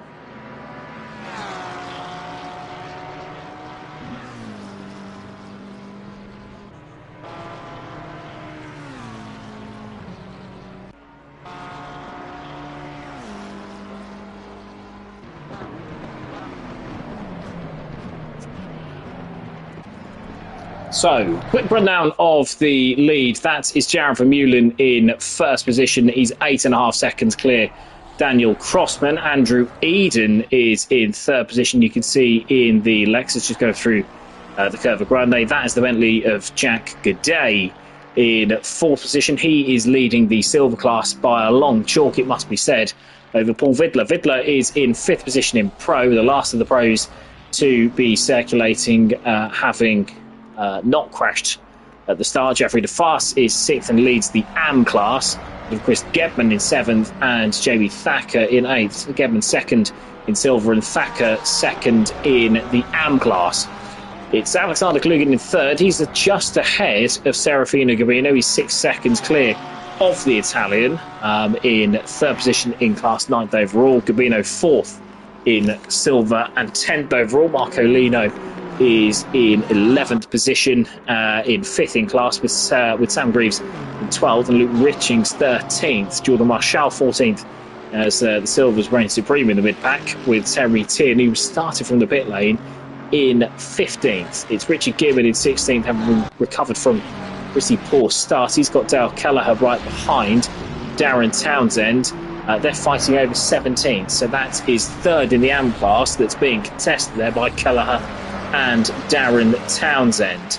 Now we've got a bit more of a battle behind. Actually, Renard Serfontaine is actually going after Darren Townsend. Serfontaine having a pretty disastrous second race, having got to the podium earlier on. He's not been able to make any kind of inroads. Actually does have plenty of damage at the front of that Ferrari. He is going to pass Townsend though, the Ferrari driver in the silver class. And that's going to be Darren Davies then fighting with, fighting just behind to stay with those. He's 20th at the moment. He's just ahead, 4 seconds of Big L Silver. That's the culprits leaving the pits after a crash and a disconnection earlier on. James O'Leary is in 22nd overall, with Vian Kruger 23rd. It was all going a lot better for the South African, who's had a few trials and tribulations. You can see there, having had an accident in that Ford Mustang. It's Matt Johnson in 24th, ahead of the stricken on lap number 1 Josh Clayton. Gareth Harvey is in 26th, there of Poshbashil and Bruce Tully. Bruce Tully is back out there. He disconnected from what was 6th position, as plenty of drivers have done. Greg Wood, still a matter of disconnected down at the bottom. So is Jack Barnett and Owen Harris. They were all at the head of the AM class. So let's see what's going on here, because there have been plenty of drivers that have disconnected. I think it is a lobby session, but I think we are going to continue. So 9.8 seconds between the leading duo. That's Vaclav Postrichel recovering in the Porsche to come back out onto the racetrack, I think having disconnected as well. Try and see if we can find you a battle towards the sharp end. I think the sharpest end battle was going to be Marco Lino and Sam Greaves, but Sam Greaves, as you can see, is going nowhere fast, having spun at Ascari. So he will be rejoins and rejoins well. Good rejoin there to make sure that he doesn't hit. I think that's Vian Kruger coming through, and he makes sure that he rejoins just behind the South African. So that's good rejoining all around, but that's not what he wanted to be praised for. Jeffrey DeFast, meanwhile, in 6th position and leading the AM charge. He's just ahead of Chris Gebman. Chris Gebman has got Jamie Thacker right behind him. Chris Gebman is 2nd in silver, and Jamie Thacker is in 2nd in the AM class. It's Alexander Glugin just behind, who is in 3rd. And the McLaren driver doing a stellar job. Previously posted results of 2 10th places, and as soon as I say that, Russian goes off and into the gravel, but I think that he's been able to recover, and so there won't be any positions lost, only pride.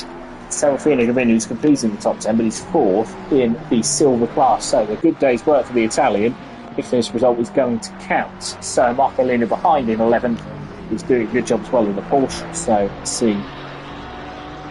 let's see what's going on here. So we are going to continue, and it's Andrew Eden now in 3rd position in the Lexus, and he's got a bit of a gap ahead, isn't he? 6.8 seconds between himself and Crossman, who is a further 11 seconds back nearly from Jared Vermeulen. So Vermeulen is going to wrap up the championship, the overall championship, which will actually take you through now. The overall championship, which is the one that they have, that there's been a bit more emphasis placed on before this set of results was posted. It's Jared Vermeulen is actually up to 722 points because of the way that the overall championship is worked out. It's a lot different to the AM and the Pro and the Silvers, etc., because of obviously there's a lot more cars in it. But 722 points he's on. That is 65 points clear of Daniel Crossman. Crossman's going to finish 2nd by a distance because he's a further 115 points clear of Marcelin Brustulli. Brustulli has got a further 84 points on Wouter Heijmans. Wouter Heijmans is 4th in the overall standings, with Demian van der Waal currently in 5th. Van der Waal unable to race today. Morgan Grace is in 6th in the overall standings. He's just ahead of Renard Serpentine. Serpentine leading the silver charge, isn't he? But he is in 7th overall. But he's only 9 points clear overall of Gordon Brown. Gordon Brown, who's unfortunately for him, anyways, older, is now going to come back in. That was a bit of a race horribilis, if you will, for the Scotsman with the injured ankle, which means he's not able to participate today. Andrew Eden's in 9th overall. He's 390 points, and he's only 3 points clear for this round of races, ahead of Josh Clayton. Macla Poshbajil in 11th, ahead of Serafino Gabino in 12th, with Greg Wood, the leader of the AM class, in 13th. He's got a gap over Oppenel Fedawi, who's been missing the last couple of races, but Chris Gebman is in 15th overall, ahead of Jamie Thacker. That is the second AM driver that we've seen in there. Luke Richings in 17th, ahead of Lee Colpitts in 18th, and Richard Gearman in 19th. Gearman so often unable to put two races together, but when he's been quick, he has been electric. It's Jordan Marshall in 20th, ahead of Steve Desert overall in 21st. Aaron Townsend 22nd overall, ahead of Terry Tierney and Jeffrey DeFast.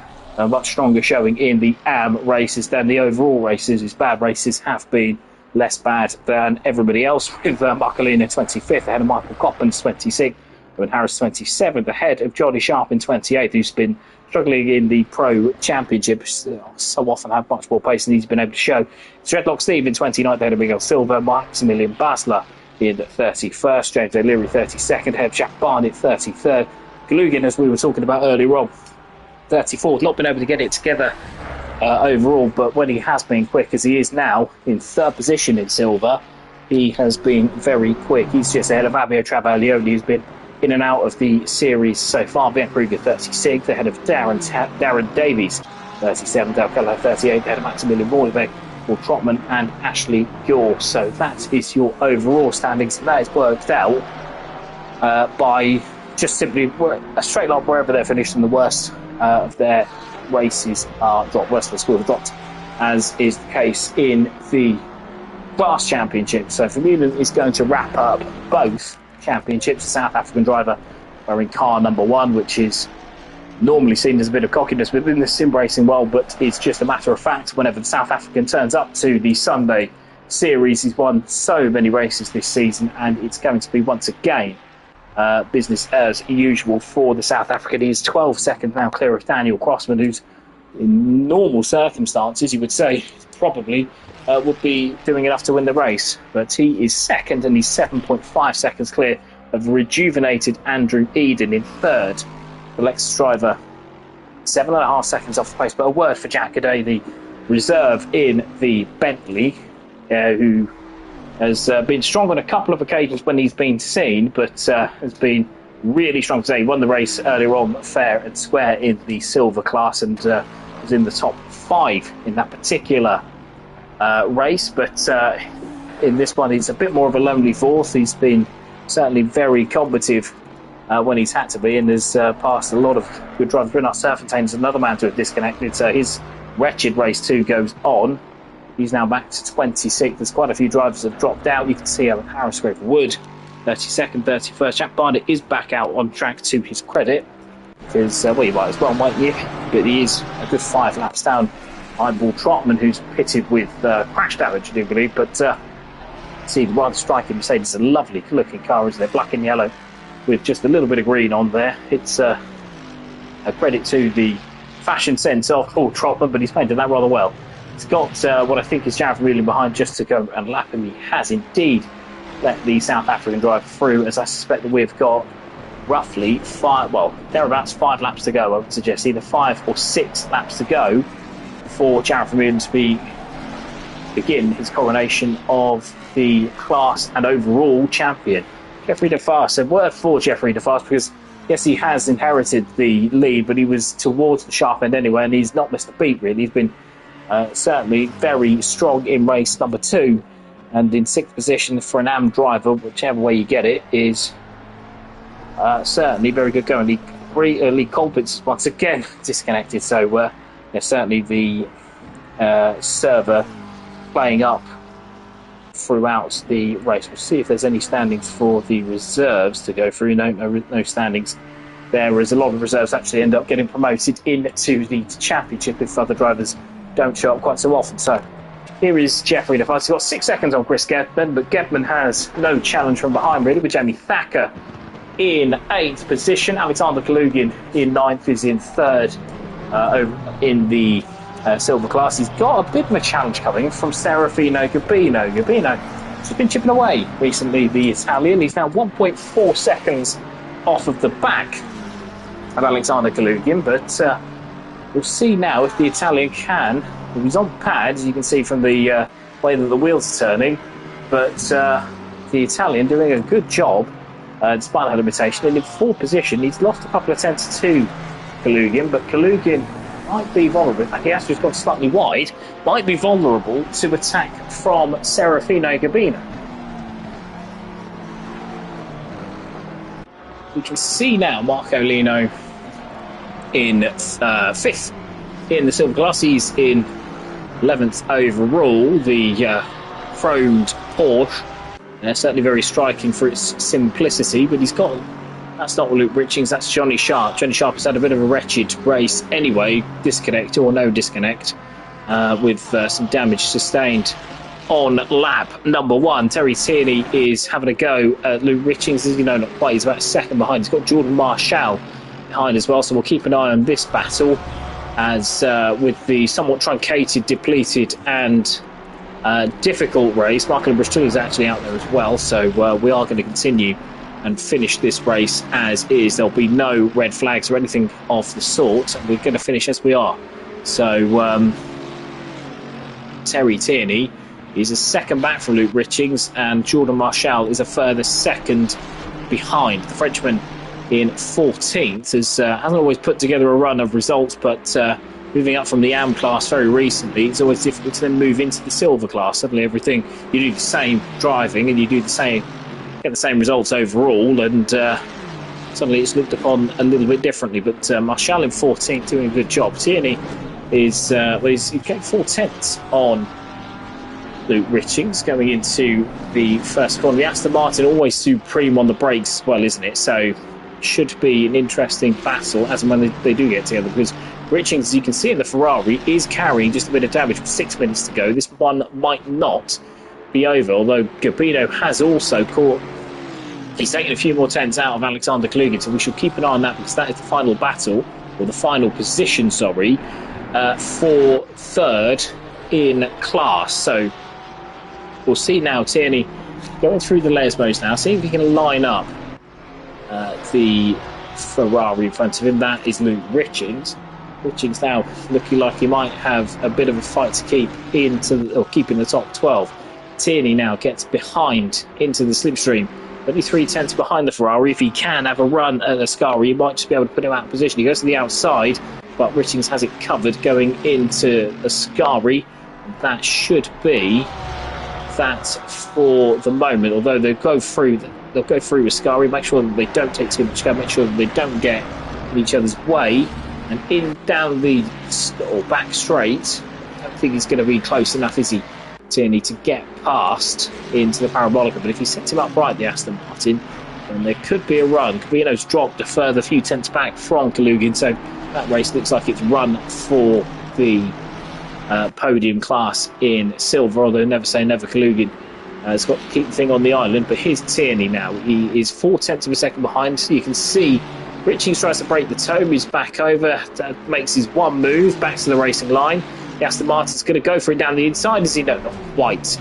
Not able to get the move done, although they both go quite late in the braking zone, but yeah, no, Tierney's not going to cause any issues there for the admin of the man from the southwest of England. The Irishman is he's a pest, but he's not a problem just yet. Aaron Townsend, meanwhile, fighting with Dale Kelleher. Dale Kelleher, a rejuvenated 3rd, albeit in more fortuitous circumstances than I'm sure he'd like. Townsend recovering from what was a difficult start to the race, almost by default, really. The Welshman in 4th position. He's got a good gap over Mark Davies, as well as off goes Dale Kelleher. He'll have to cede a sufficient amount of time in order to be able to keep that, one would imagine, because Townsend might be straight on the phone. Kelleher did gain a little bit of time there, didn't he? But I think there he is, slowly bleeding that time out. You can see Townsend is getting onto the back. He was second behind, crossed the line, and I suspect that Kelleher now, yeah, you can see he's bled a little bit of time, hasn't he? So I think that is all going to be ruled as absolutely fair. Now with Townsend only with a couple of laps to go, you would imagine, with where is the leader? I think from Newland is currently coming out round of the Lesmo. So this will be 2 laps to go this time around, you would have thought, because 3 minutes to go. It's not going to take over a minute and a half to get down there. So it's going to be 2 laps to go when Vermeulen crosses the line this time round to be coronated as the champion of both Pro class and the overall class. So the Ferrari driver will have nothing to race for but pride a little bit later on. There is a pass going on ahead, but we'll try and see who that might be. Harvey a little bit further back as James O'Leary goes down. It might have been Clayton. It is Clayton on Matt Johnson. Johnson in the Porsche. He's given as good as he's got, hasn't he? He's had a few battles, and he's had to serve a drive-through for missing the chicane, although in fairness to him, he was trying to avoid a collision. Now the Porsche down the straight, the Mustang down the inside. This is for 19th overall, so one of Clayton's most memorable races. But down the inside he goes. He does get the move done, and that is 19th for the Ford driver. He's on a bit of a recovery drive. He also had, not had connectivity issues. You have to read in their laps. Johnson gets on the grass, actually nearly wipes out the South African, but no dramas there. So we go back to Townsend. Townsend now 0.5 of a second behind Dale Kelleher. Kelleher in 15th overall and 3rd in class. Mancunian, who started the season with an injury to his finger. It was actually quite a nasty injury, nearly put him out of action for a lot longer than just the one race, but it always meant he was on the back foot and unable to get practice in whilst that finger healed up, because it was one of the more important fingers for a sim race. So unable to get any practice in. He kind of lost his way a little bit, but he's recovered, and whilst luck has not been on his side, Kelleher is now in a position where he can take a rather fortuitous 3rd position. So some may say that he's evened himself out just a little bit. But Kelleher now going into the final corner for the penultimate time, I do believe, with Vermeulen about to start his last lap. Car 663 is another drive through for track limits, and that is Johnson, who I think has arbitrarily retired, hasn't he? Having left the track. That is Vaclav Pospisil just circling round, getting out of the way of both Kelleher and Townsend. Townsend, though, unable to make any impression on the straight. The one thing the McLaren doesn't have is straight line speed, so difficult really for the McLaren to make any impact without Kelleher going off. So leader is starting the final lap, so Vermeulen will stay with this battle actually for a little bit later, or for a little bit longer, because Vermeulen will cross the line and will win, which we'll cross to a little bit later on as and when that becomes relevant. But Townsend at the moment unable to make as much inroads as Kelleher perhaps feared he might. The McLaren ahead, or McLaren behind, so we're not able, and you can see actually misses braking point, although so does Kelleher. Off he goes. Kelleher now, is he going to be in danger going into the Lesbos? Townsend goes to the outside, but Kelleher there getting a little bit greedy on the curves through the Variante Roggia, and now he's got a bit of a problem on his hands, because Townsend's going to have a look, is he going into Lesbo? That's not going to do anything except slow him down, and Kelleher survives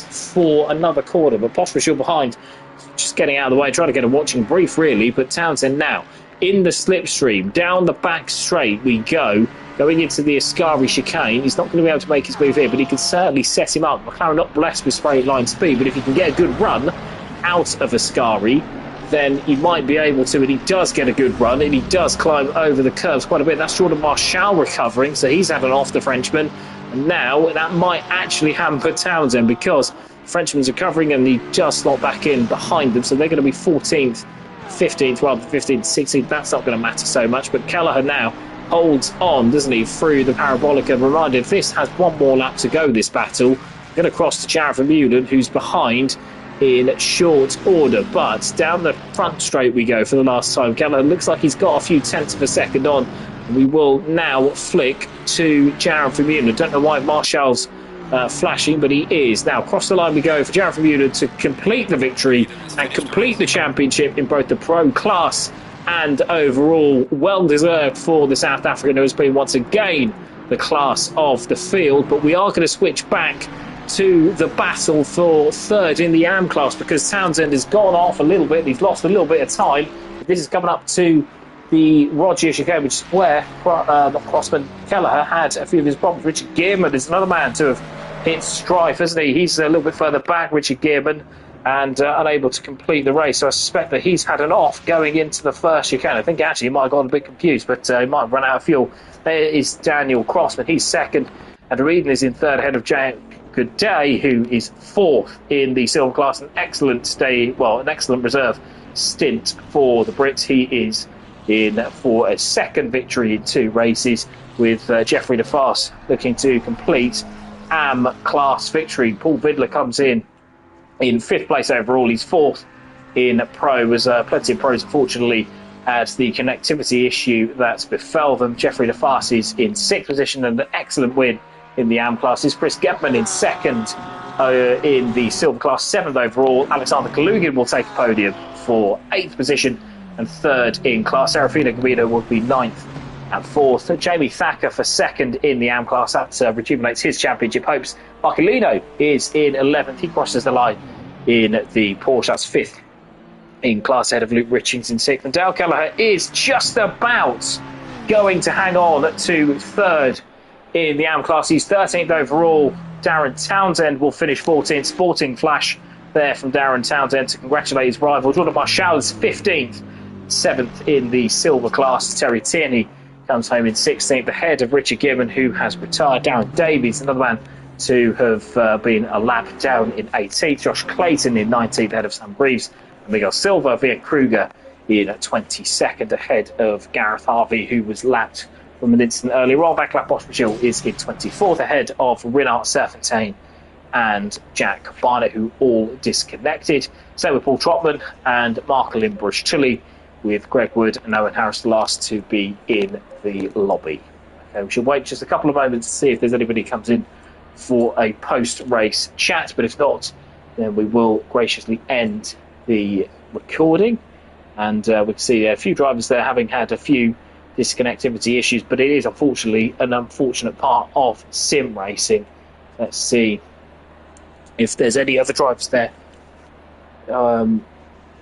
to be able to. Yeah, plenty of drivers are reacting in there, but all actually in a pretty decent manner. It must be said, the drivers who were affected are reacting in a pretty good way. Walter Hyman's and Morgan Grace, another man to have gone out through connectivity issues. So with Marcel Basler, Dreadlock Steve, Johnny Sharp had crash damage, and Gordon Brown was unable to take the start with an injury.